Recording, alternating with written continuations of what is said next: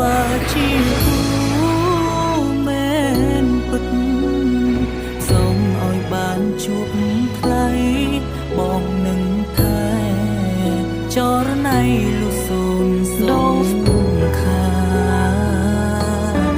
បងមានគិតបងបញ្ឆោតស្នេហាអូនជាទូចិត្តច្រើនដល់ធីតានៅក្នុងសួនរូបថតអូនក្នុងទូរស័ព្ទ